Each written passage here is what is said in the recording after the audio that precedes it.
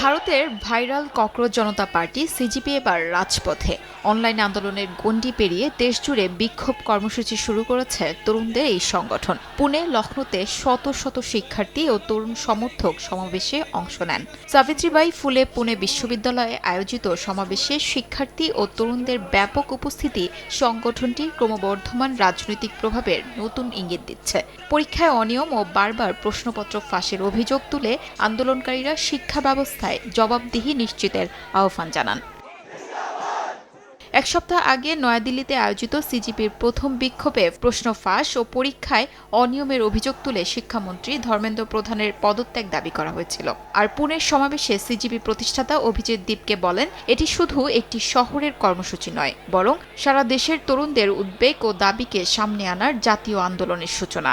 একই সঙ্গে তিনি হুঁশিয়ারি দেন, শিক্ষামন্ত্রী পদত্যাগ না করলে মাসের শেষের দিকে আবারও দিল্লিতে বৃহত্তর কর্মসূচি দেওয়া হবে।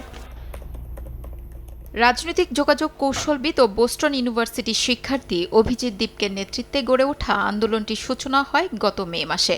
তখন ভারতের সুপ্রিম কোর্টের বিচারপতি সূর্যকান্ত বেকার কিছু তরুণকে ককরোচ ও তেলাপোকার সঙ্গে তুলনা করেছেন বলে প্রকাশিত প্রতিবেদনের জেরে সামাজিক যোগাযোগ মাধ্যমে ব্যাপক ক্ষোভ ছড়িয়ে পড়ে। তবে অপমান হিসেবে নয়, বরং প্রতিবাদ ও টিকে থাকার প্রতীক হিসেবেই ককরোচ পরিচয়কে গ্রহণ করেন আন্দোলনের সমর্থকেরা। শুরুতে পরীক্ষা ও নিয়োগ সংক্রান্ত অনিয়মের বিরুদ্ধে অবস্থান নিলেও এখন আন্দোলনের পরিধি অনেক বিস্তৃত। বেকারত্ব, জীবনযাত্রার ব্যয় বৃদ্ধি, শিক্ষা সংস্কার ও সরকারের জবাবদিহি সবই এখন সিজিপির দাবির তালিকায়। ব্যঙ্গ, মিম ও আত্মবিদ্রুপমূলক হাস্যরস্যকে হাতিয়ার বানিয়ে তারা তরুণ প্রজন্মের সঙ্গে সংযোগ তৈরি করেছে।